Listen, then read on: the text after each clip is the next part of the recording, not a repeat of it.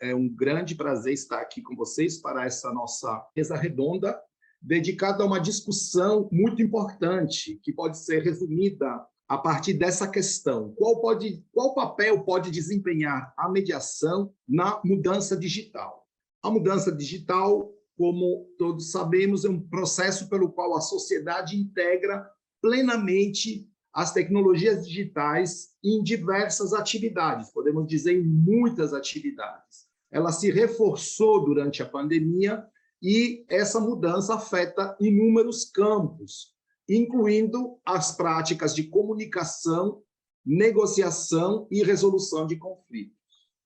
É importante refletir sobre a relação específica entre a mediação e o ambiente tecnológico de sua implementação. Portanto, propomos aqui algumas questões para ajudar na discussão, tanto nos aspectos teóricos quanto nos aspectos práticos. Na forma de conceber a mediação, de acordo com o ambiente tecnológico em que se realiza, quais são os efeitos das novas tecnologias sobre as práticas de mediação? Existem elementos de ruptura ou continuidade entre a mediação tradicional e a mediação digital?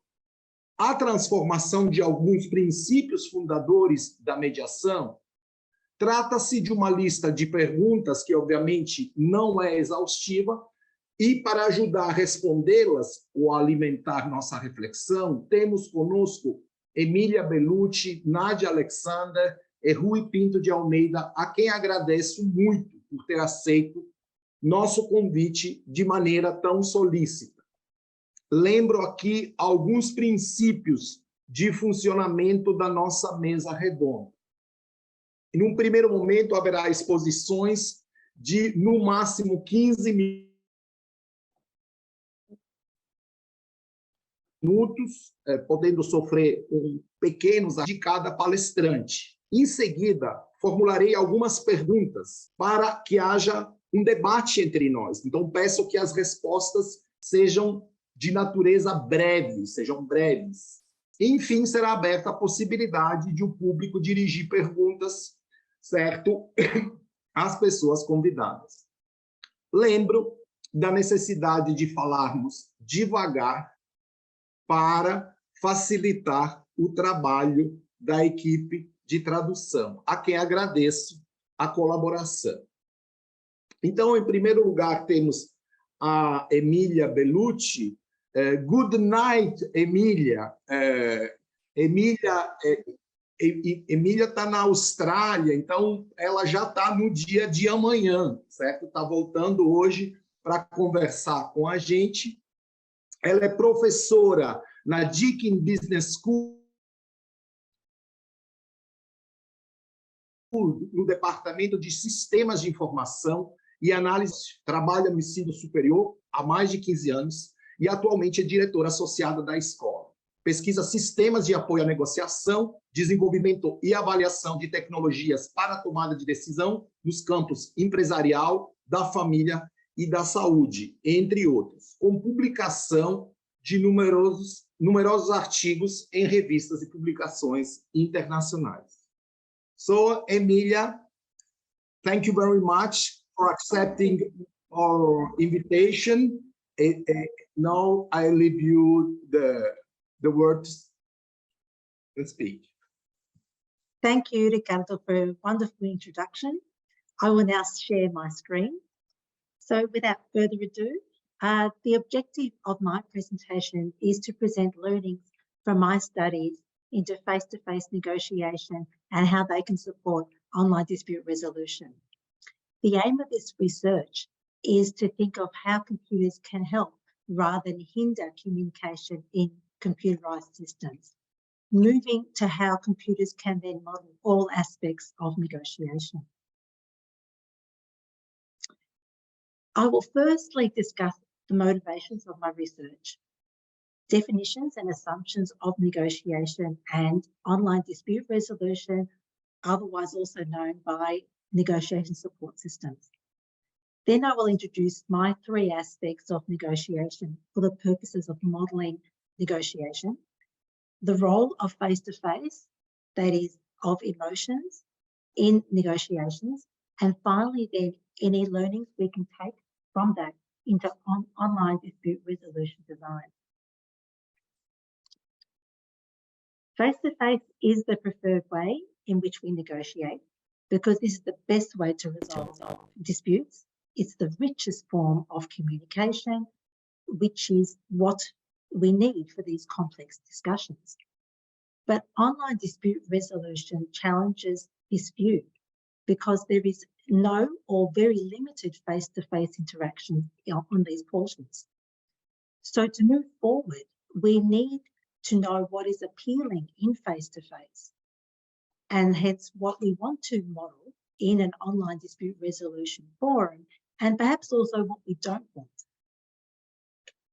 So in that way, we are then suggesting new aspects encompassing the positive experiences from a face-to-face medium for an online dispute resolution design. So I essentially want to understand why face-to-face is our preferred, and so I can add to it for the online design that I'd like to propose. And this is a problem I want to solve. As a technologist though, this is quite challenging because I have always, and my discipline has always had a tendency to build it and then make it fit. If we look at perhaps the way that artificial intelligence these days is being built, it's more like there's the technology, but we are now struggling how we should be using this more effectively. Negotiation is about personal communication with the goal of resolving a conflict. It's done collaboratively and assumes coordinated behaviour between the disputants. Negotiation is a process of dispute resolution between two persons, while a mediation involves a mediator to help progress the negotiation towards the goal of resolving some conflict. So there's my basic definition so far. I've also made some assumptions in what I'm presenting today. And that is that I'm not making any very clear comparisons to the legal frameworks and legal processes as a measure of success. There have always been comparisons to what you do in mediation and comparing it to a court process. I find enough in that we have comparisons between face-to-face and with with what I'm trying to present. So that's as much comparison as I want for now.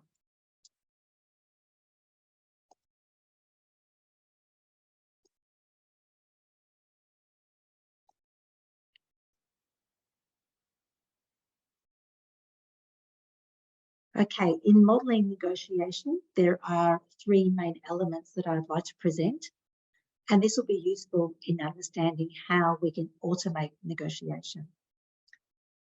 I will mainly focus on the first element in presenting research, but then I will also reflect on the other aspects as well. So face-to-face involves both verbal and non-verbal language, as we are all aware of. In the non-verbal language, it includes body language, facial cues, and micro-expressions. It also involves the mechanism of feedback, which is necessary for quick clarification of messages. Face-to-face also allows for the easy identification of emotions. And this is where my interest was piqued, because that is what makes us truly human. This is what makes the negotiation what it is.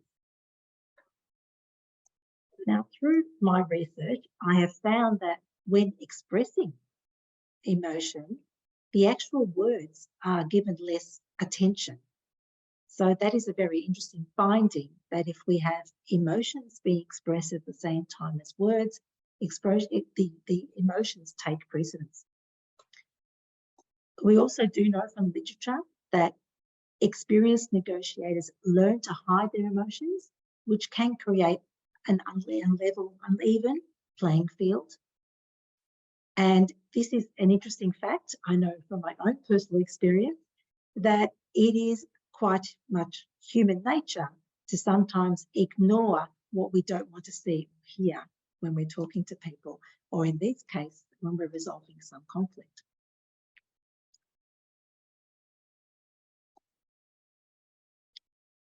So should we remove emotion from a negotiation? You know, I want to now know what is the role of emotion in conflict. So conflict and emotion are quite linked. We know we are in a dispute when we feel emotional. Emotion depends on the context. So, for example, the type of emotion depends on the context. For example, in family law, it would be more highly emotional because you're dealing with a personal relationship that's broken down, particularly if there are children involved, it's even more heated. Then we have the psychological disposition of disputants, and this may involve whether they like conflict, whether they tend to are avoiders of conflict. And then there are also our experiences we bring to the table from our interactions with others, you know, through other negotiations. However, face-to-face may not always be appropriate.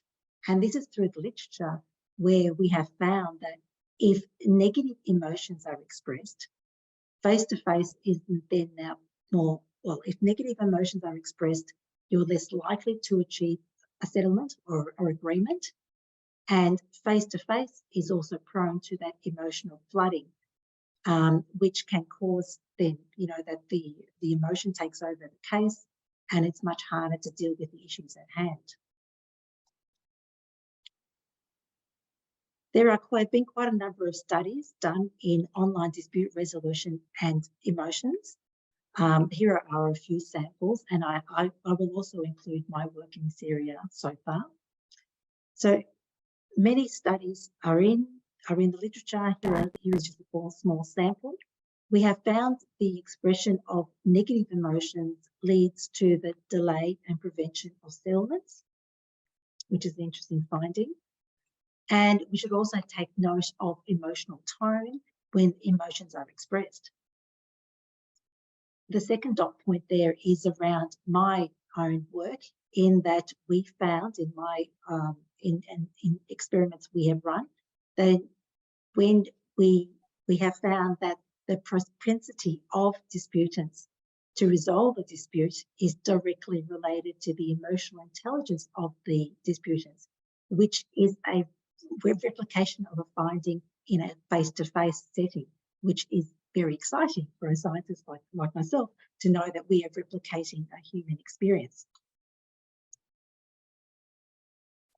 The third dot point is around researchers where they compare face-to-face and e-negotiation and found there was no difference in the outcome. So yet again, another replication. But in this case, they found that the disputants used icons when they were talking to each other. So they were expressing emotion. There are other designs that haven't had any artifact attached to it, and these were where they thought of, you know, expressing emotion through visualizing them on the screen and then using questionnaires to capture emotional states of the disputants. So now, going back to my 3 aspects of negotiation, which I mentioned earlier, and I mentioned them earlier because now I'm going to go back and fill them in to see, well, what learnings can we take from what I have presented today to come up with some foundations of where perhaps we can take online dispute resolution design into the future. So the first one is around how do we deal with interpersonal communication. Essentially, text is a great motivator here because it can slow down negotiations and allow disputants to clarify their thoughts through the text. Given our previous studies, we know that online tools can filter negative emotions.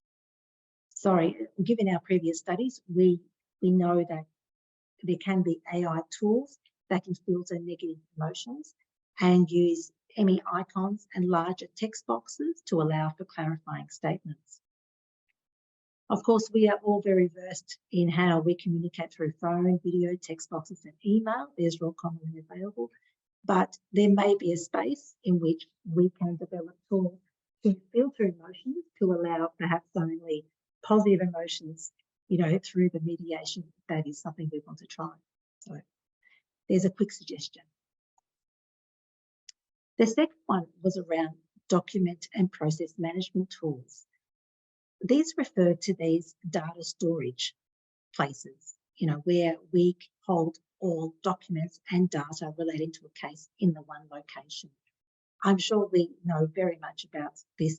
It's very common these days that we use the one place to store all our documents, particularly when we are involved in collaborative decision-making or in project teams. So I'm referring to Google Docs, OneDrive, MS Teams. However, as these are cloud-based, it is important to resolve privacy and security issues before we consider using them, for this very sensitive information. One way in which we can get around that is where we have a dedicated platform, such as Modra, which is used in legal mediations. I suppose now, this is my own thoughts coming through here, where I feel that a platform like that has been very useful for a long time.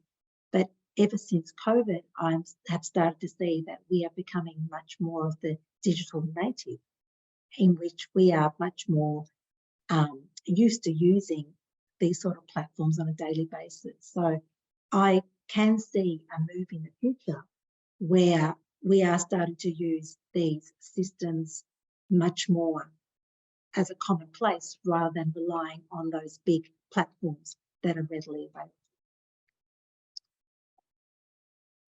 And then the third one is a space where I have done a bit of work in, and this is in decision-making, in modelling negotiation. And this is where I take my computer science knowledge through. Traditionally, and I say traditionally because there has been a lot of tools in this space from the 1980s, 1990s, and onwards. So traditionally, where artificial intelligence has been involved in negotiation support systems, it was in these early attempts using case-based reasoning, and this is where computers would make recommendations based on similar past cases that are in their database, but also using neural networks and machine learning. In the past, these were not commercial because organisations did not have the data to support the AI to work, but now we do. And so we're starting to see more of a push in using artificial intelligence in this way. There is now a new term in the literature that I've started to see just this previous year, and that is around the fourth party. This is where the technology is now becoming an integral part of negotiation. And by a fourth party, we mean in the context of a mediation. Commercial systems are often in e-commerce, and they use simple arithmetic in disputing costs to arrive at, say, compromise solutions. Examples include eBay, PayPal, dispute resolution centres. These heavily rely on these chat systems as well. And unfortunately, or fortunately, they do use natural language processing. Other examples are SmartSettle, which many of you may have heard, which provide optimal solution packages. And then I have my systems, which I've developed over a number of years in family unit asset divider. And these use humanistic trade-off scenarios, strategies, trade-off, in order to present scenarios or packages on how the asset pool between two divorcing couples can then be divided. So to end off, I don't know how long I've taken, Ricardo, but I think I'm okay. We are identifying I have identified the three mechanisms for negotiation support, focusing on learning how computers can help manage emotions, which is something of primary interest at the moment. I look forward to conducting more research in hybrid approaches to ODR and in decision support using artificial intelligence. And last but not least, I do want to thank everyone for listening, and I look forward to our discussions which will follow. Thank you very much for your time. Thank you, Emilia, for your contribution. It was very interesting to me. Eu conheço muito pouco da mediação com o suporte da tecnologia, então já está sendo uma aprendizagem muito grande.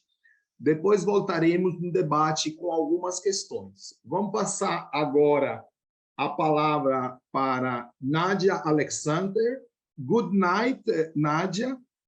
Nadia também ela está em Singapura e, portanto, também fez um esforço muito grande, como Emilia, para estar aqui conosco hoje. Nadia é diretora acadêmica da Academia Internacional de Resolução de Disputas em Singapura, é membro de grupos de trabalho de mediação internacional em Singapura, Hong Kong, Austrália, e é cofundadora do Conflict Coaching International.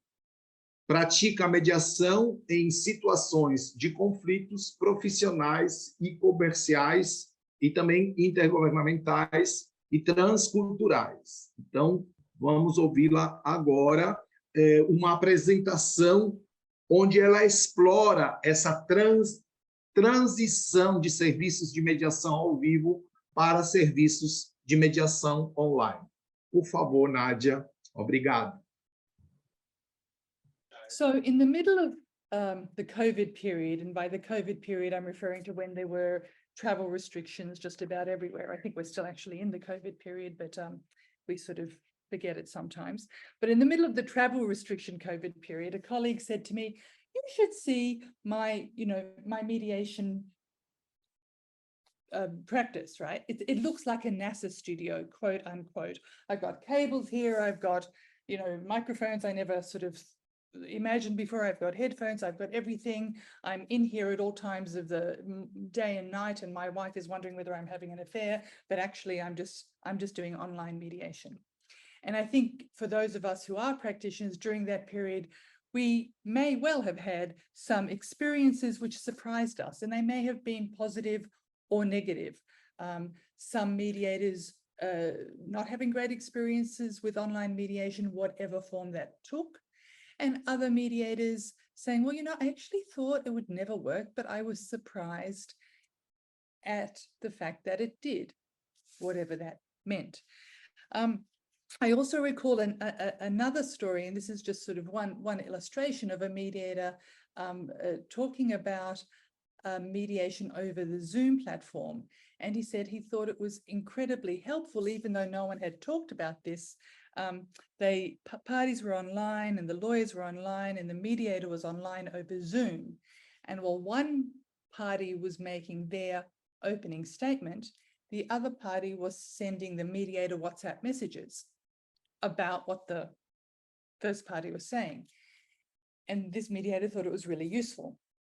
And it actually got me really thinking, and I'll ask you to think about, what sort of implications that has for the mediation process, what I might call the live mediation process or the face-to-face mediation process as we know it. Because I think once you start to shift mediation online, you have the capacity, more so than in relation to arbitration or litigation, which are, I guess, have more clear rules, are evidence-based, you have a third-party decision maker. Given its procedural flexibility and other characteristics and values of mediation, once you put it online, there really is the capacity to shift its fundamentals. And I think sometimes it's very easy to overlook that. And in this presentation, I want to put the microscope a little bit on this transition, and I'm referring to it as digital readiness. So what does it mean for mediators or for institutional service providers, institutions that offer mediation and that maybe also offer now online mediation, whether it's fully online or partially online, right? What does it mean to be digitally ready? And I think if we think about live mediation as being flexible, offering opportunities for creativity, having the capacity to be culturally fluent, for example. When we think about online mediation, I mean, just listen to Amelia's presentation, all the different types of technology you have, right? Text-based or verbal, video or not video, synchronous or not synchronous, and negotiation support systems and artificial intelligence and automated systems. I mean, once you go online, in terms of flexibility and variations on the process, it's 1,000-fold, right? It's so much more than the flexibility we know or the variations we know in face-to-face mediation. And I think we really need to think through, as mediators or service providers, what that means for what we're selling, what that means for the values and the fundamentals of what mediation is. So let me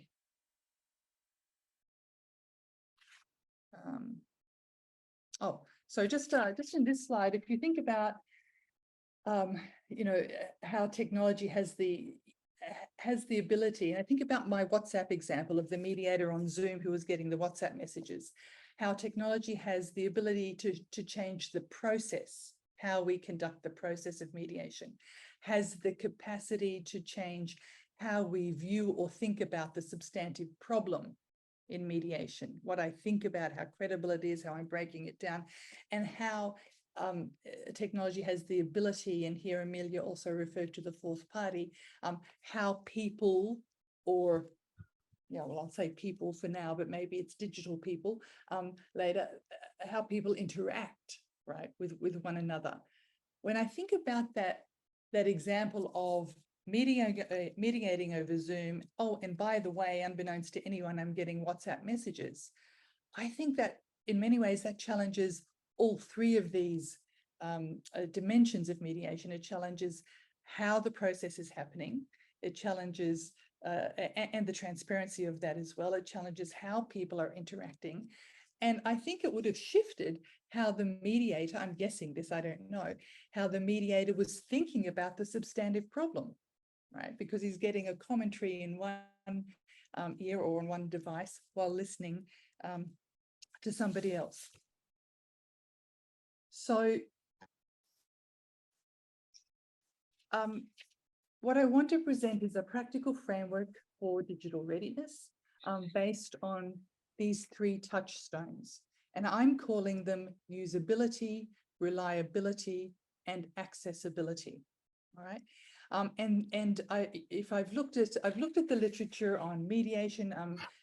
I run a research center called the Singapore International Dispute Resolution Academy, SIDRA, which I understand, SIDRA. I understand that that is alcoholic in Spanish. Is that right? I'm not sure. I think it means cider.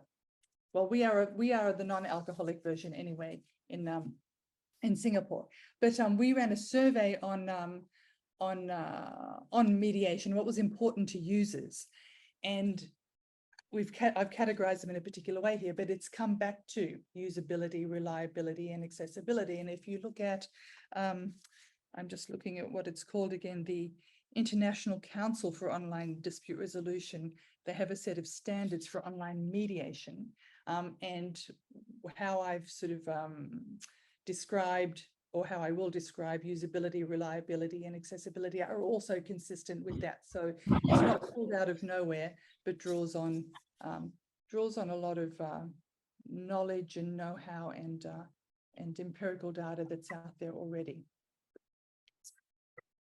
Oops. Yeah, all right.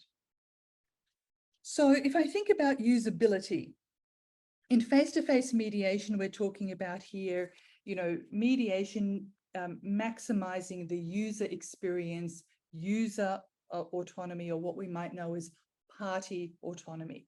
Our SIDRA surveys show that the most important thing for users in selecting a dispute resolution forum, particularly international one, whatever it was, whatever dispute resolution form, was impartiality. That was the most important thing for the user experience, to have an impartial forum, to have a confidential forum, to have an efficient forum, a transparent forum, and a procedurally flexible forum. And that's how I've defined usability for the purposes of mediation. And when you shift and if you take that and try to move it online, what does that mean? Well, I think it means, yes, it's user-friendly, your platform, it's intuitive, and it's customizable, if that's a word, right? To make it more flexible. It also still needs to be transparent, right? Which brings me back to my WhatsApp example from before. It also means, I think, that you need to be able to move backwards and forwards between different parts of the process, if that's what the parties want. It may mean that users get to co-design parts of the process.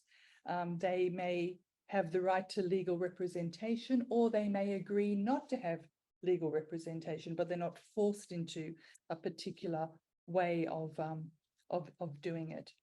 And that they can work through the mediation at their own pace.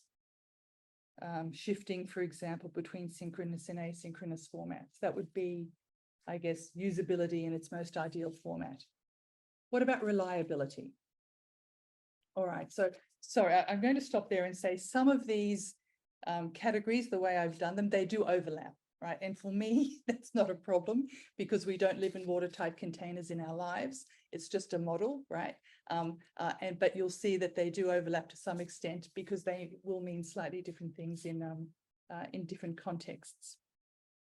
Right, but in terms of reliability, we're talking again about procedural flexibility, but robust procedural flexibility that you can rely on, that's not going to fall flat, that is secure, that is confidential. You're also talking about regulatory robustness, which means that you've got a link between the online mediation service and the legal system, right?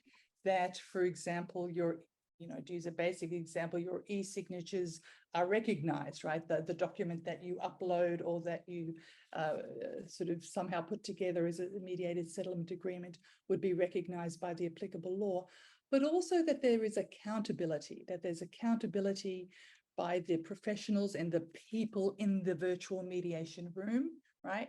And the sort of relevant legal system.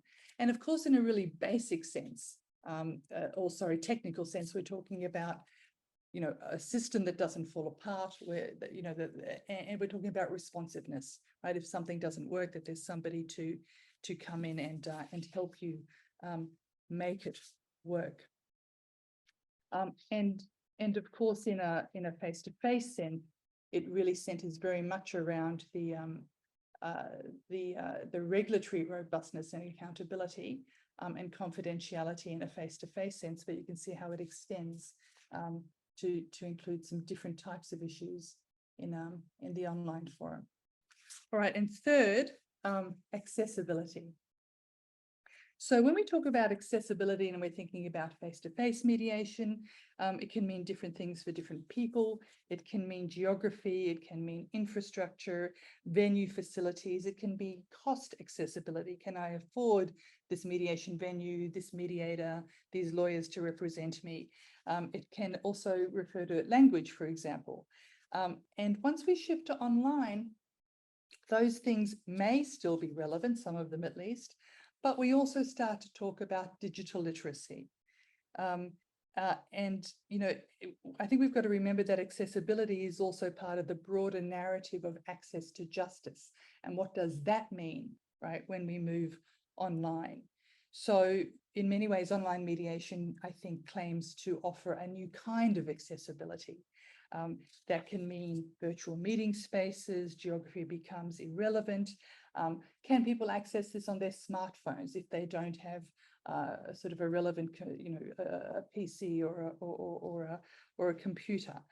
Can they access it regardless of their broadband width, depending on where they are geographically, if they're in remote regions? Can they access it regardless of physical disabilities?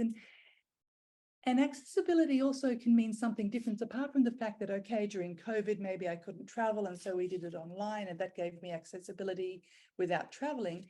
It also means that if I want to access a particular type of mediator, or I want to access a particular type of expert who I can't get to for whatever reason, I might be able to bring them in online, right? So regardless of COVID, right, in the brave new post-COVID world, accessibility might also mean bringing people to me. And I think anecdotally, at least, what we're seeing more of, certainly from a Singaporean perspective, is a lot more hybrid mediations now, which are partially online and partially off. I think my time is just about up. So I think I'll stop in 1 second if I can. What I did do, and I'll just show this to you, but I won't go into it in any detail. What I tried to, and this might be for the discussion, I tried to compare, just on the basis of, you know, what I could find online, how Zoom as an online mediation platform would sort of rate against eBram. eBram's a platform coming out of Hong Kong. It's a fairly new one, and it's an online dispute resolution provider listed under APEC's new ODR collaborative framework.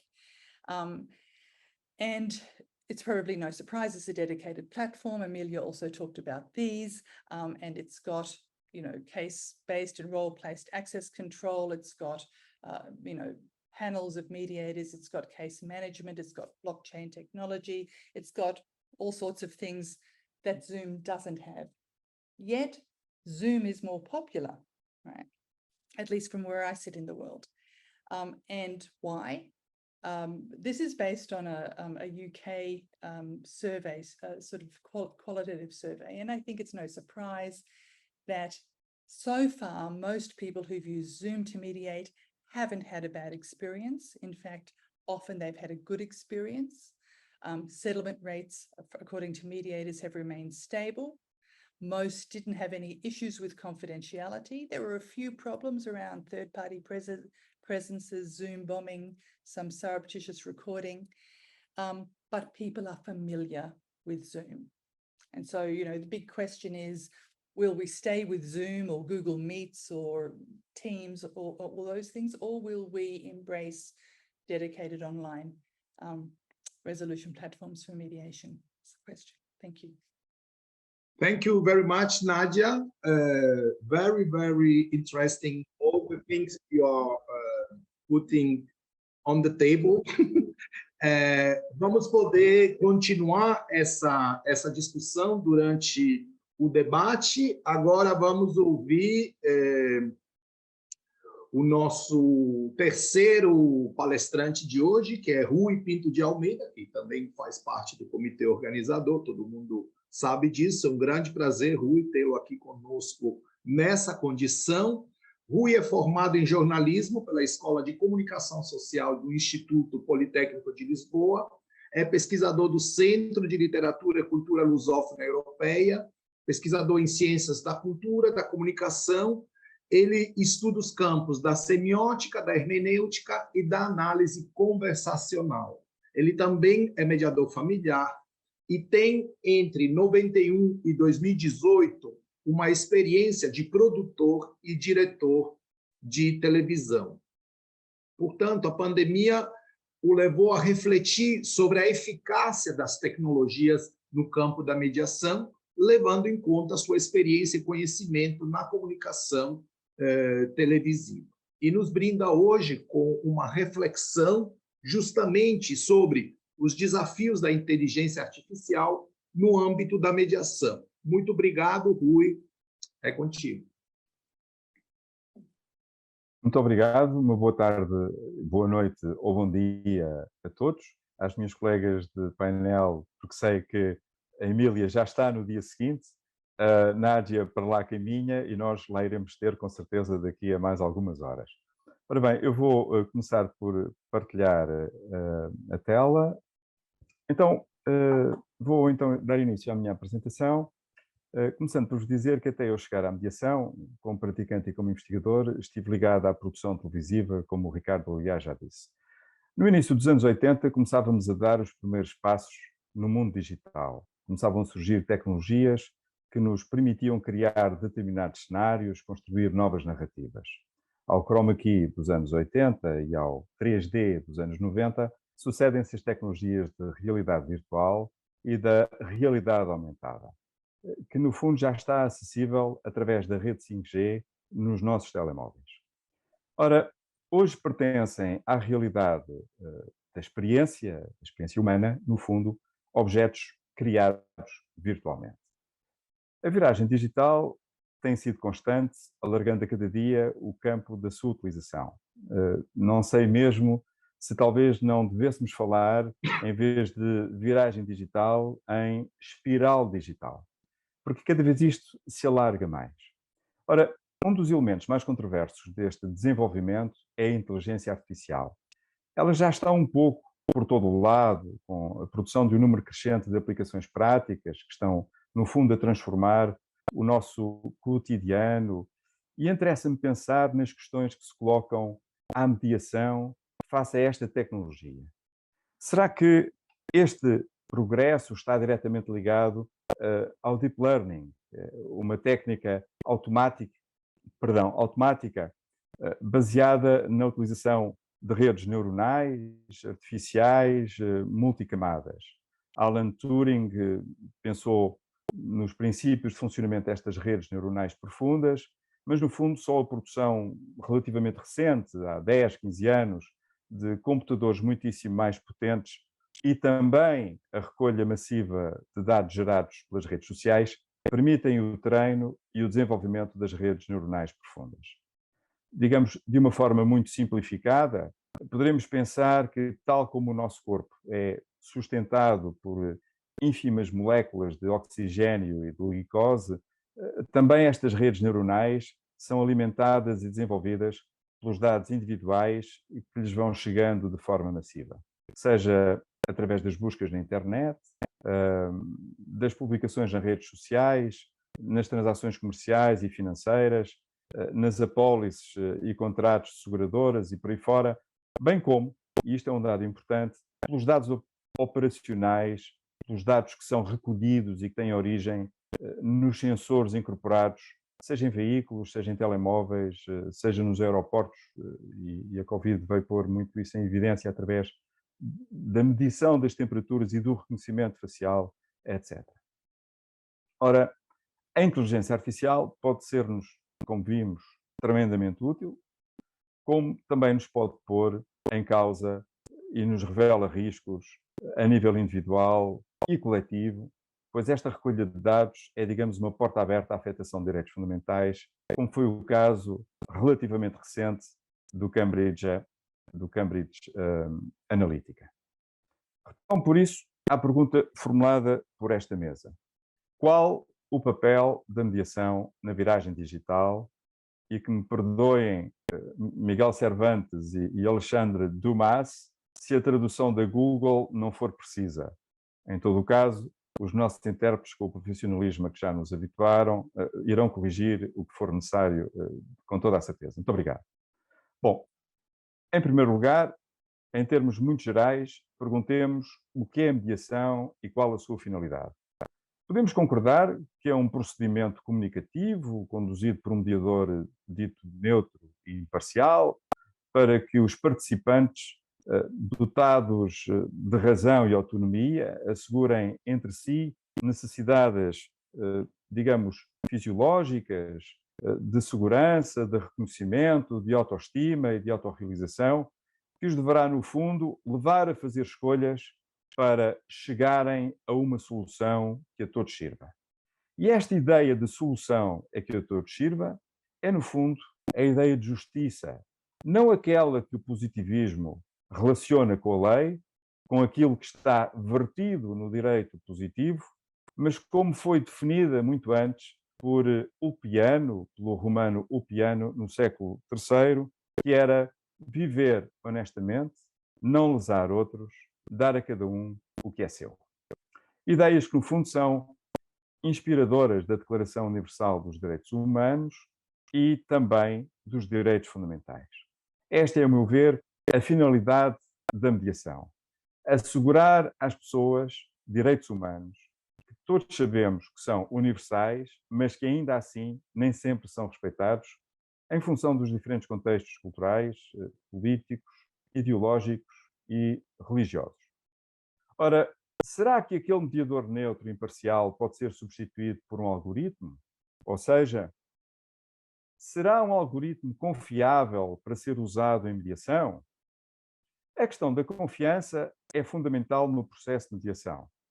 É verdade que há algoritmos confiáveis e que já são usados em determinadas situações, como no comércio ou na partilha de património familiar. Aliás, há pouco as nossas colegas Emília Bellucci e a Nádia Alexandra têm desenvolvido e falaram sobre isto, têm desenvolvido também trabalho científico sobre isto. Mas isto é uma coisa. O algoritmo pode aprender e apreender os parâmetros que levam, digamos, à divisão de um bem patrimonial ou eventualmente ao cálculo de uma indenização. Enfim, porque é algo um pouco mais objetivo. Agora, outra coisa é termos um algoritmo a mediar uma situação que requeira capacidade empática, como não raro, diria, não raro acontece em mediação familiar. Portanto, não será apenas aquilo que é dito, mas a forma como é dito, o modo como colocamos o corpo, o modo como olhamos, o modo como comunicamos o nosso pensamento, naquele momento e situação. No direito, fala-se em imediação, que significa o contacto com aquilo que está a acontecer e a capacidade de interpretar esse momento. Ora, no atual estado da arte da IA, sabemos que não há respostas a este nível.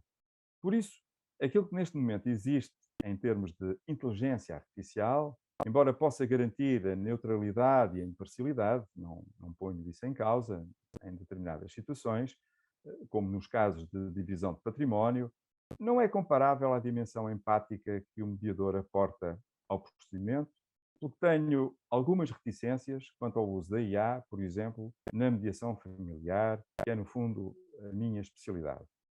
E vou um pouco mais longe, pois vejo ainda assim semelhanças entre a mediação familiar, a mediação ambiental e a mediação de paz, porque todas elas procuram assegurar as mesmas necessidades, diferindo naturalmente na escala. Ora, pela minha experiência profissional, observo que a empatia ajuda a criar laços, ajuda a fomentar confiança entre os participantes. E recordo a pergunta que fiz há pouco. Será um algoritmo confiável para ser usado em mediação? Como princípio jurídico, a confiança é absolutamente fundamental. Quanto mais eu puder confiar fundadamente e objetivamente, menos responsável eu sou. Quanto mais objetivamente eu tenho razões para não confiar, seja porque os dados não são bons, seja porque o algoritmo não foi devidamente testado, maior será o meu dever de cuidado e de vigilância relativamente ao sistema de inteligência artificial. Ou seja, quando as coisas correrem mal, eu não me poderei excluir da responsabilidade, pois não estarei perante um acidente fortuito, uma situação inesperada, mas estarei sim envolvido num procedimento de mediação e deverei estar dotado de um certo grau de razão e de liberdade para poder fazer as minhas escolhas. E isto leva-me a fazer outra pergunta. Como poderemos confiar nos dados, no Big Data, se a maioria da humanidade está perante uma tecnologia que desconhece, mas que tem já implicações nas suas decisões, nos seus comportamentos? Relembremos o caso das pontuações atribuídas aos cidadãos pelas autoridades chinesas face às suas publicações nas redes sociais ou aos seus comportamentos públicos, tudo acelerado pela rápida ascensão da China, a líder, provavelmente a liderança efetivamente mundial na mediação, na investigação e no desenvolvimento da inteligência artificial e também, naturalmente, o modelo de governo que vigora naquele país. Ou então, se quisermos ainda, algo tão patrocinado como a Open Data, as políticas de dados abertos da Comissão Europeia, que têm sido tão estimuladas nos últimos anos. O que se tem verificado nos estudos do impacto destas políticas é que elas beneficiam, sobretudo, aqueles que têm competências para analisar os dados, as grandes empresas e as instituições que os aproveitam para se posicionarem politicamente e não os cidadãos que, embora tenham acesso a eles, como eu, não os sabem tratar. Ora, o caso chinês e este caso europeu fazem-nos tomar consciência de que estamos perante uma iliteracia algorítmica geradora de uma desigualdade generalizada, afetando o princípio da autodeterminação da pessoa humana, tão fundamental ao procedimento da mediação. Isto é, por não ter acesso aos dados, não consigo também livremente pensar sobre as minhas decisões. O que me conduz a uma nova pergunta. E quanto à recolha de dados? O mediador, durante as sessões de mediação, recolhe dados dos participantes. E são dados que podem pertencer a 3 esferas do indivíduo: a pública, a privada e a íntima. E elas não têm a mesma importância para todos. Por exemplo, quem tiver uma atividade política pode ser escrutinado também ao nível da esfera íntima. Por exemplo, dar a conhecer uma doença grave que comprometa o seu mandato. Enquanto que o escrutínio desta esfera íntima pouco interesse terá se tratar de um cidadão comum. Na mediação chama-se a recolha de dados a fase de investigação. Ela é feita com o conhecimento de todos os participantes e as respostas são confidenciais. No ordenamento jurídico português e noutros europeus também, o mediador está obrigado ao sigilo, que só é levantado em situações em que há ameaça à integridade física dos participantes. Em todo o caso, os dados recolhidos perduram, quando muito, na memória do mediador, enquanto este viver. Ora, os sistemas de inteligência artificial necessitam de dados para aprenderem, para melhorarem o seu desempenho. O robô social mais evoluído na semana passada, o Ameca, é muito semelhante a um humano. Recolhe dados e armazena-nos na nuvem. É muito provável que as próximas gerações de robôs sociais continuem a armazenar os dados recolhidos na nuvem, de modo a fomentar a aprendizagem da inteligência artificial. E não afasta a possibilidade de desenvolvimento de um robô com programação adequada à prática da mediação, o que implica a recolha de dados com um determinado grau de privacidade ou até de intimidade. Ora, sabendo que a IA, para aprender, necessita de dados, como se fará para salvaguardar a reserva da vida privada e dos direitos de personalidade, que são, no fundo, direitos humanos? Bom, até aqui tenho estado a colocar as questões sobre conceitos com um elevado grau de abstração: confiança, reserva da vida privada, ética, empatia, dignidade, enfim, tudo isto conceitos abstratos que na semiótica são as categorias que representam qualidades sem qualquer relação com o objeto. São meras possibilidades, são firstness, de acordo com Peirce. Isto faz-me pensar nas questões da linguagem humana e do signo. Começo pela linguagem. Na comunicação humana, há um razoável grau de liberdade individual da escolha das palavras durante as interações comunicativas. Na maior parte dessas interações, as palavras surgem ao pensamento, digamos, condicionadas pelos valores sociais, pelas crenças e pelos códigos de conduta que, no fundo, cada orador inscreveu em si e que, portanto, os usa em função daquele momento. Edward Hall considerou a comunicação humana uma manifestação cultural que segue uma única direção, o simbólico. E chegamos assim ao signo. Quando falamos, usamos signos vocais, como esses que vocês usam, para descrever algo que ocorreu ou que irá ocorrer. Para Peirce, não há pensamento sem signos, o que equivale, no fundo, a dizer que pensamento é representação. E esta representação do pensamento humano pode dar-se de forma mais ou menos complexa do ponto de vista lexical e da sintaxe. A IA gera-se através de várias linguagens de sintaxe mais ou menos simples. Uma delas, relativamente simples, é a Python, por exemplo, e obedece às regras da lógica das operações matemáticas. Será que a IA nos vai obrigar ao uso de uma linguagem controlada, puramente formal, que permita ao algoritmo estabelecer relações lógicas? Podemos até admitir que esta condição nos pode até trazer vantagens, uma vez que pode ajudar a diminuir os ruídos e os equívocos normalmente presentes nas interações comunicativas e em contexto de mediação. Mas será que a IA saberá resolver a simples situação de alguém se emocionar com o belo e ainda assim amar o feio? Será isto lógico para um algoritmo? Para nós, não é propriamente ilógico e é possível. Não creio que o empobrecimento da língua seja uma vantagem, atendendo a que ela é um elemento de cultura e descreve um determinado mundo. Tal empobrecimento trará outra consequência, que é, digamos, uma espécie de desconexão face ao referencial semântico de cada um dos falantes. Mas olhemos para o exemplo da língua inglesa e da língua portuguesa. Ambas advêm do indo-europeu, mas depois foram expostas a influências diferentes. O inglês ao germânico e o português ao latim. Enquanto law e lei têm significados semelhantes,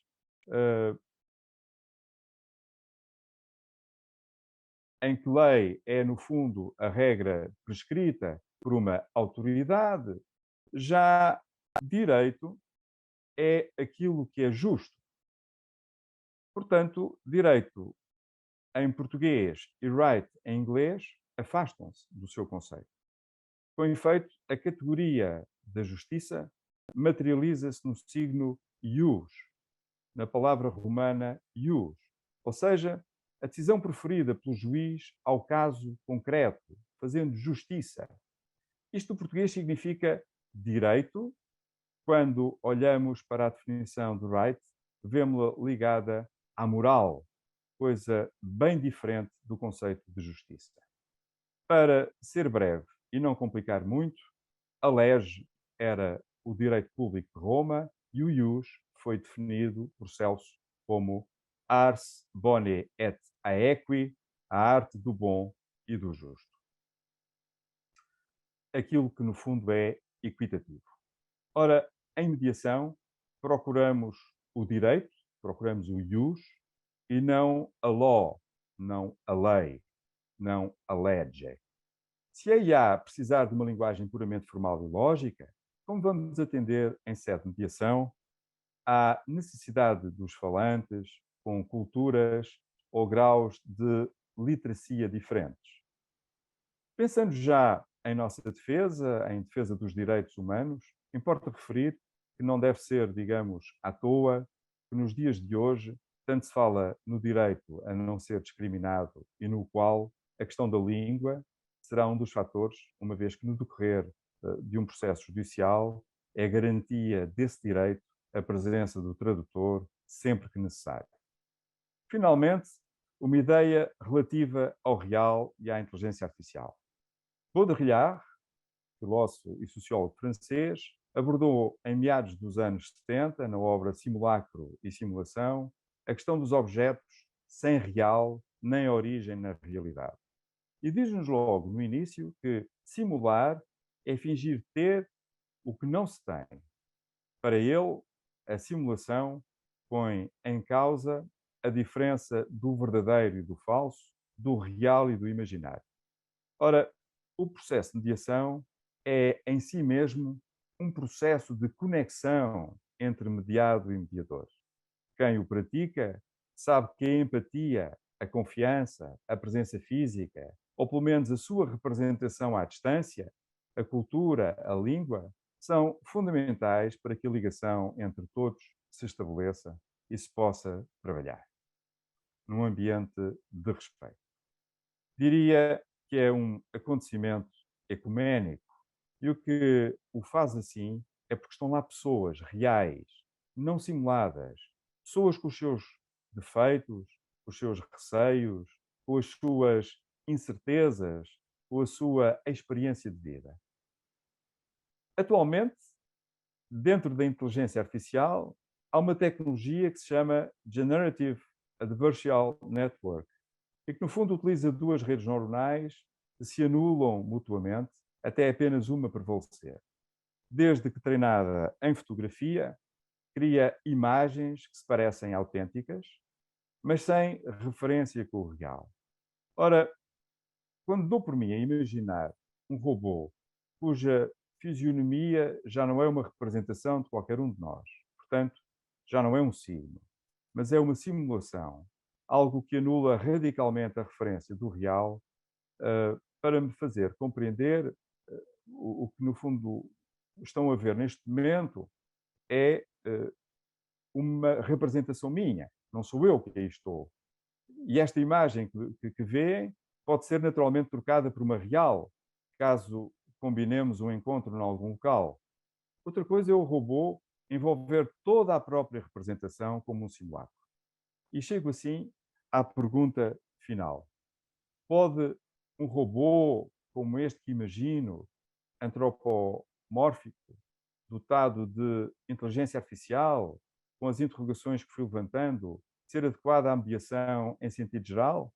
Ou apenas em situações em que o grau de empatia ou as questões da língua e da cultura não são determinantes para o procedimento e, portanto, possa ser usado e que possa chegar a bom fim? Sem dúvida de que estamos no limiar de uma nova era, não se prevê um retrocesso tecnológico e a inteligência artificial aplicada à mediação pode ser entendida pelos poderes políticos como uma importante ferramenta ao serviço da justiça, que trabalhe incessantemente, sem momentos de descanso, fazendo diminuir a pendência dos processos.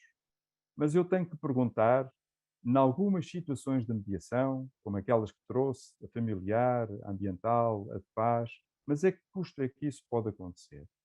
Bom, face a estas e outras questões, e vou terminar, creio que um maior empenhamento das várias áreas do conhecimento, da filosofia, da linguística, da cultura, da sociologia, entre outras, com aquelas que desenvolvem a inteligência artificial há várias décadas, a física, a matemática, a engenharia, talvez isto possa possibilitar um desenvolvimento sustentável da humanidade e garantir a esta a sua própria dignidade, que é, no fundo, fruto de séculos de evolução. E creio que cabe-nos a nós, investigadores, mediadores, mas também cidadãos, sobretudo cidadãos, ajudar a refletir e a levantar estas questões. Muito obrigado. Obrigado, Rui, por sua exposição. Não sei, pelos argumentos que foram levantados, Nádia e Emília não vão dormir essa noite. Então, muita coisa, né? Mas, assim, eu diria, claro, são muitos temas que foram levantados, tanto por Emília e Nádia, quanto por Rui. Eu dividiria essas discussões em 4 campos, certo? E sintam-se à vontade para tratar cada um deles. Primeiro, uma dimensão prática, certo? Ou seja, para quem está descobrindo a mediação online ou através da inteligência artificial, etc., tem um elemento de novidade, de fascinação, etc. Para mim, uma pergunta, são muitas, mas eu vou fazer só uma, é como é que muda o papel do mediador, se é que ele muda sensivelmente, certo? Para além do nível prático, eu acho que tem uma questão, que é uma questão de caráter social e político, que é a mediação assistida pela tecnologia, ela, de certa maneira, não gera formas de segmentação ou elitização da mediação, tornando-se acessível a pessoas e a grupos que dispõem de um certo código de linguagem, certo? Um terceiro nível de discussão, certo? Naquilo que eu ouvi e que eu gostaria de levantar, é uma questão de caráter, é uma dimensão ética, não é? Tipo assim, a mediação envolve, por um lado, uma relação com uma busca de solução, e, portanto, uma solução que vai se situar na consequência individual para algo que vai ser tido como bom para cada um e cada uma das participantes, certo? E, por outro lado, temos implicações de caráter geral, sempre de cunho ético, ligadas, por exemplo, à gestão, à coleta e à gestão de informações. Entramos diretamente na questão do direito humano. Isso, para mim, remete ao último nível de discussão, que é o nível que eu poderia chamar, utilizando um palavrão, como digo para os meus alunos, que é o nível epistemológico, certo? Que é em que medida a mediação assistida tecnologicamente ela refere a um outro tipo de linguagem que de analógico passa justamente para digital, como tudo isso nos mostra. Em outras palavras, eu tenho vontade de dizer, se é uma preocupação o ser humano se aproximar, certo? Se é uma preocupação o robô se aproximar do ser humano, pode ser também uma preocupação o ser humano se aproximar do robô, certo? Bom, são algumas reflexões que eu faço aqui. Temos oficialmente 14 minutos para dar conta delas, mas quem sabe a tecnologia digital permite também uma aceleração do pensamento, da comunicação e das relações. Por certo, não vamos poder esgotar tudo hoje, certo? Mas a mesa tomou esse rumo, certo? Talvez é indicativo também da força com a qual as preocupações aparecem nesse campo. Então, eu sugiro, diante da eloquência das nossas oradoras e do nosso orador, que vocês já possam caminhar para uma série de questões, mas antes disso, eu peço ainda se tem alguém na Assembleia, diante do tempo, que queira se pronunciar. Então, peço para esperar um pouco para ver se alguém quer fazer uma intervenção para que não sejamos unicamente nós os intervenientes da tarde. Pode ser oral, pode ser também no chat.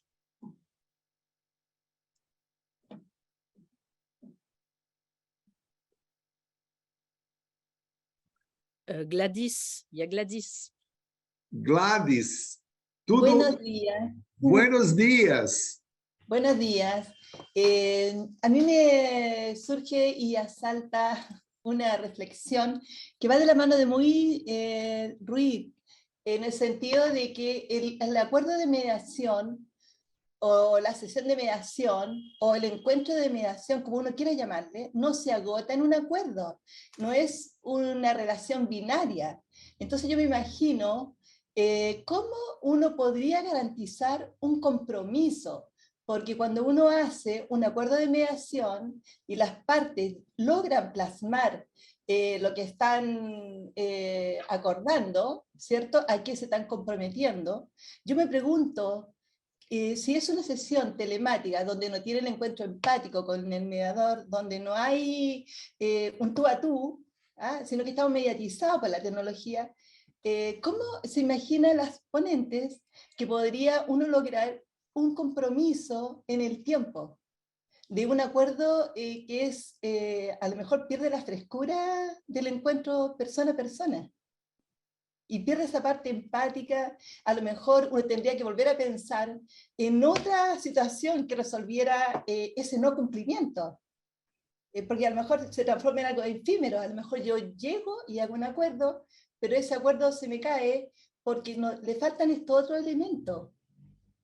No resultará, a lo mejor como dice Sigmund Bauman, este sociólogo tan reconocido, muy fluido como la sociedad posmoderna, tan fluida, tan descomprometida.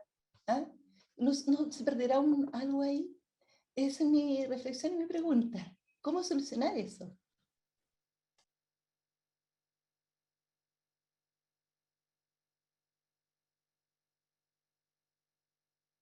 Ok, obrigado. Gladys, tem mais uma questão mais diretamente para a Nádia, de Samira. Oi, Samira, que gostaria de saber sobre a plataforma Teams, o que Nádia pensa sobre a sua utilização na mediação. Estou lendo para tradução, obviamente. Então, gente, eu acho que estamos com o imperativo do tempo, né? E, portanto, eu vou passar novamente a palavra para as nossas interlocutoras e o nosso palestrante, nosso interlocutor Rui. Emília, eu sugiro que vocês se mantenham num tempo de 5, 6 minutos cada Ricardo, uma. peço desculpa, a Milene ainda tinha a mão levantada, Ricardo. Ah, não vi. Consegues ver. Essa mão está realmente pequenininha. Milena, por favor. Petite main, petite question. Vous m'entendez bien, ça va? Oui.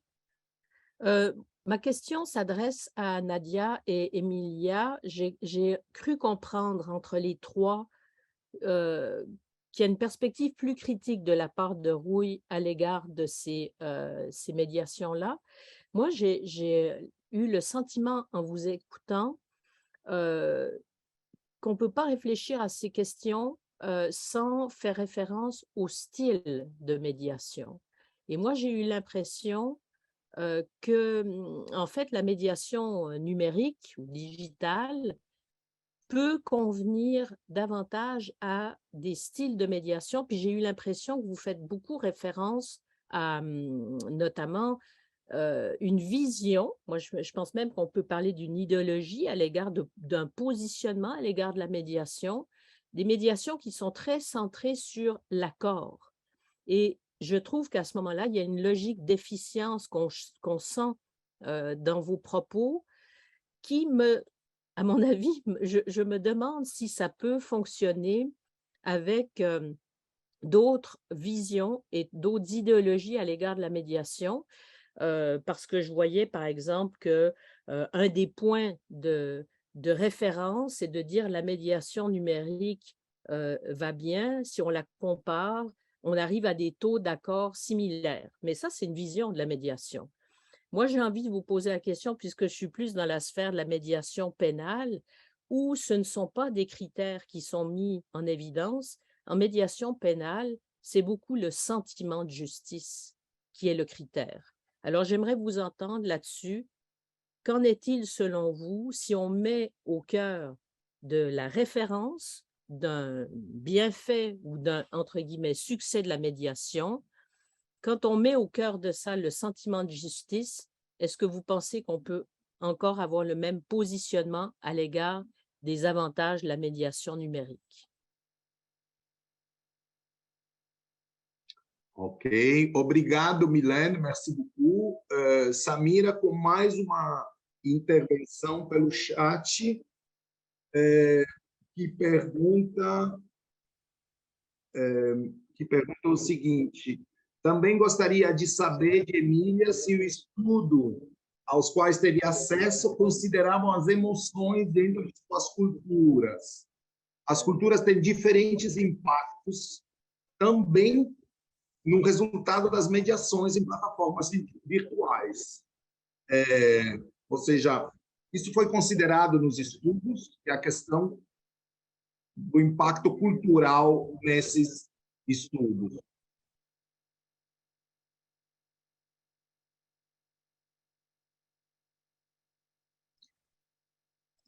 Muito bem, eu acho que podemos caminhar, portanto, para novas intervenções por parte das nossas palestrantes. Por favor, Emília, uns 5 minutos para cada uma e cada um, infelizmente. Vamos lá. Thank you so much, Ricardo, and thank you to all your questions and comments. I've tried to take notes of everything. Today has been an experience because everything's happening at the one time. So my apologies if I'm not going to catch everything. The most recent that I heard through the translator, and I thank Samira for this question. No, we didn't look at cultural implications from the studies. It is something that now that you've brought it up, I will go back and have a look at how they do translate into our findings. The studies I have looked at have been US-centric more than anything else. I can't think of anything that I've looked at which was European or Asian. So if that does answer your question, they were US-centric from what I can understand, except for the one that I did, and that was Melbourne-centric. So it was Australian-centric that we had mediators resolving the dispute using my online dispute resolution tool. What else? I think, Marlene, you mentioned the cultural aspect and reflecting on different styles of mediation, and I am learning so much today around that, so I will be taking that on board as well. I have not, I suppose from a technology point of view and as a computer scientist / information systems person, I view, I can't help but think of how can technology help this problem. It is a problem we have here. Why can't we do more? And I think that's a good question. I think there could be different styles of mediation which would suit the technology better. And I take on board everything that Rui has mentioned today around, around the, sorry, it's getting a bit late for me. I'm starting to think about what I'm trying to say. I did want to sort of take note in my 5 minutes around what Rui was saying around the ethical views and privacy and security. And one of the reasons why my studies have been so difficult in artificial intelligence is because the data isn't there. I just cannot get access to the data because people don't talk about what they go through. They don't talk about it. It is a secret. It is behind closed doors, which is what it should be. And that is going to be a challenge moving forward. There's no doubt about that. I found that when I started in this space 20 years ago, and it hasn't, just because the data has been more available doesn't mean we're going to get access. So that's something that we need to be aware of. And yeah, thank you, Nadia, for your work as well. And I can see there are parallels in all of our presentations, particularly around your realization, you know, and the studies that you've looked at, that these collaborative platforms seem to be more popular. And that was just a feeling I'm getting by reading people and about what I'm seeing in the environment. I didn't read a study, so I'm happy to hear that I'm on point for that aspect. Thank you very much. I will close now. Thank you.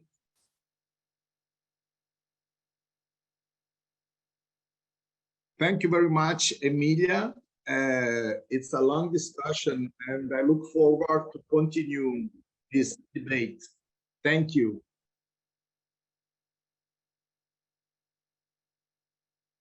Nadia, por favor. Thank you. Thanks, Ricardo. Like Emilia, I'll keep my comments brief because I think there's so much, right, that can be said. So I'll try and just offer some highlights. And I thought I might start by clarifying where I'm coming from in light of some of the questions. So I'm what some people might call a pracademic, so a practitioner and an academic, and I do mediate. I prefer personally face-to-face mediation, but I use technology too. And I think a lot of the questions that we're asking are really good, important questions, and they are not just limited to mediation, right? They're limited to how technology has become, and AI is becoming ubiquitous in our lives. And so I think it's important to position those questions for mediation where they are absolutely relevant in the bigger setting. What I have noticed is, you know, I'm somebody who prefers face-to-face any day, and maybe many of you are, but I have noticed, and this is not just during COVID over the years, that there are some people who respond better, who feel more comfortable when using some type of online technology, whether it's on the telephone, using a text, you know, 15 years ago when I was mediating with teenagers, you know, I couldn't get them to come to a private session, send them a text, they're on it, right? For example. And I think for me, I accept that, and I accept that online mediation, whatever form it takes, is different, but it comes with opportunities and it comes with risks. And I think, forgive me, I can't remember, I'm not as good as Amelia, I can't remember exactly who said this. It was a really good point. What is the goal of mediation? And I think mediation is very different in face-to-face settings and has different goals.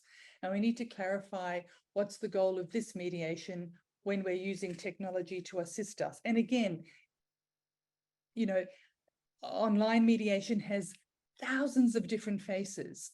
And so talking about it as if it's one thing can also be really misleading.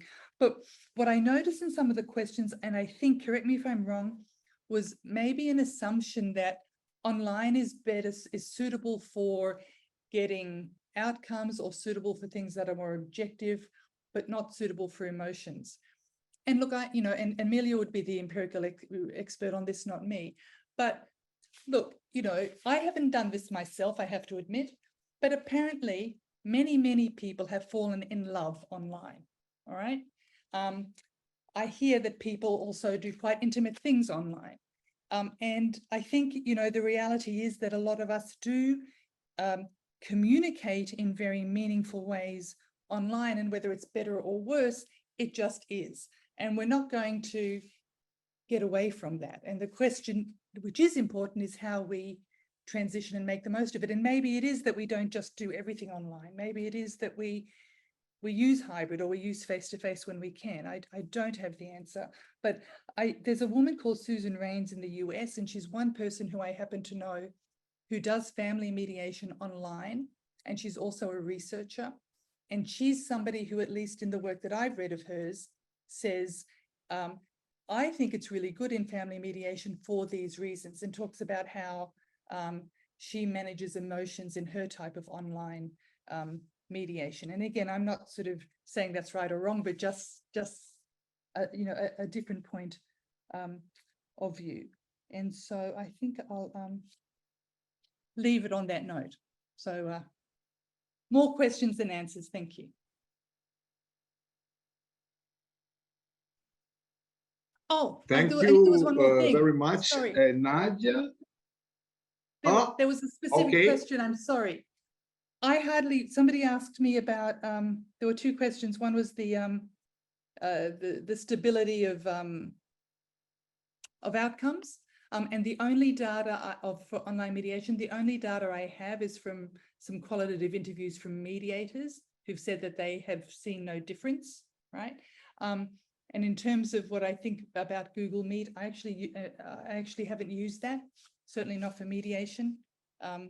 But I have used Zoom yeah. But I won't go, I don't think we've got time to go into it, but just to say I hadn't forgotten those, sorry. Muito obrigado, Nádia, por alimentar o debate, que certamente não pode ser encerrado aqui.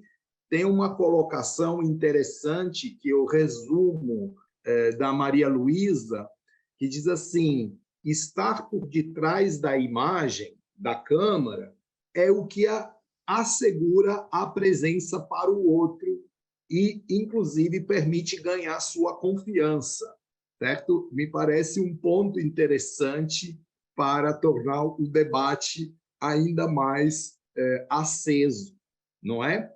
Então, já passamos do horário. Rui, por favor, com suas considerações finais nessa altura. Obrigado. Vou tentar fazer aquilo que os romanos faziam no Senado, ser breve e agradarás. Assim eles diziam. Bom, respondo, ou vou já na sequência daquilo que esta última nossa colega da audiência disse. Efetivamente, o mediador, quando está à distância, ainda assim é o mediador que lá está. Estamos no domínio da representação. Ele pode efetivamente ser trocado por algo do real. Não é um simulacro, é uma realidade, é uma representação.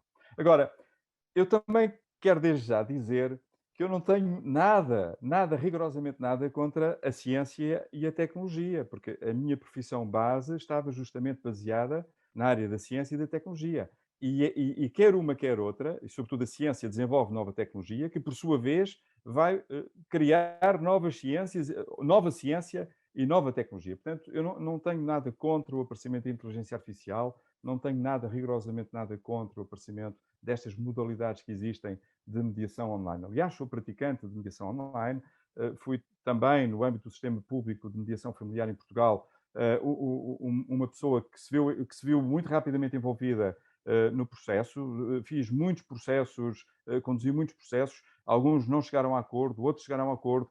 Concordo em absoluto com aquilo que a Nádia acabou de dizer. Há pessoas que preferem muitas vezes estar à distância. Neste momento tenho um procedimento que está a ser feito à distância quando o desconfinamento acabou. Portanto, as pessoas preferem ainda assim, porque têm razões para isso. Preferem estar em salas diferentes, virtualmente, a tratar do seu assunto. Portanto, a mediação online, feita através de plataformas de vídeo e de áudio, são muito úteis ao procedimento de mediação. E é preciso sabermos adaptar e sabermos evoluir também com isso.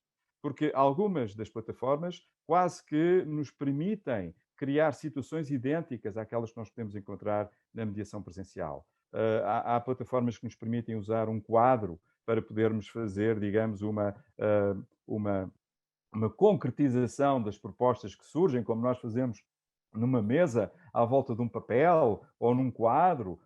Há plataformas que nos permitem abrir salas para fazermos cálculos naquele momento, independentemente. Portanto, garantindo a confidencialidade, garantindo a independência e a imparcialidade também do mediador. Portanto, eu não tenho rigorosamente nada contra. As minhas grandes dúvidas têm a ver com questões de ordem de dados. A recolha de dados que a inteligência artificial necessita e também a sua própria representação no futuro. E, portanto, como é que vai ser tratado, como é que vão ser tratadas as questões da ordem da cultura, que também já aqui alguém falou sobre as questões da ordem culturais, daquilo que tem a ver com as diferenças de língua, com os níveis também de entendimento, os níveis que dentro os falantes da mesma língua também têm de entendimento lexical e de significação dos termos que são usados. Portanto, eu tenho aqui uma reserva de tentar compreender se esta tecnologia consegue ir a um ponto tal que consegue identificar facilmente, no âmbito de uma mediação, portanto, um robô dotado destas características, que consiga congregar estas capacidades para, num procedimento de mediação familiar, ou ambiental, ou de paz, ou um outro qualquer, por exemplo, ter a capacidade também, a dada altura, de alterar a abordagem que está a fazer. Não é? Portanto, a mediação não se desenvolve só através de um processo, de um modelo, como aliás a Milene veio trazer, e muito bem, a mediação, e isso acontece comigo e acontece com certeza com todos nós mediadores, estamos a conduzir um procedimento aplicando um determinado olhar, uma determinada abordagem, e de repente concluímos que não é possível conduzir daquela maneira e temos que passar para outra fase. E, portanto, todas estas questões, que é aquilo que no fundo nos faz humanos, não é? Porque aquilo que nos faz humanos é justamente esta capacidade criativa que nós temos, num qualquer momento, ter um insight e encontrar um novo rumo, não é? Portanto, eu terminava com esta analogia. Todos nós nos recordamos, pelo menos temos presente, que houve um avião que teve que fazer uma aterragem forçada no Potomac, em Washington, não é? E toda a gente sobreviveu.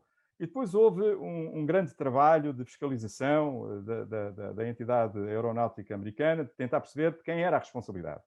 E o relatório final levanta questões e concluem que, no fundo, tudo aquilo que foi feito e tudo aquilo que foi experimentado nos simuladores e que, portanto, ele poderia ter tido outra opção, não teve em conta o fator humano. E foi efetivamente o fator humano que, no fundo, fez sobreviver todas aquelas pessoas. E assim, é isto que eu tenho aqui presente.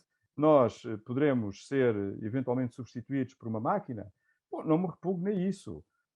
Mas terá que ter efetivamente todos os defeitos, não é as perfeições, é todos os defeitos que nós também temos para que efetivamente possamos vir a ser substituídos. O tempo de facto é muito curto e estávamos para falar muito, adorava continuar com os colegas todos. Eu sei que já é muito tarde, agradeço todo o vosso esforço à Nádia e à, Alex, e à Emília por estarem aqui, por se terem voluntariado e também pela qualidade dos seus trabalhos de investigação, que também me ajudam a compreender melhor o estado da arte da mediação online que é praticada e que é feita neste momento. Muito obrigado.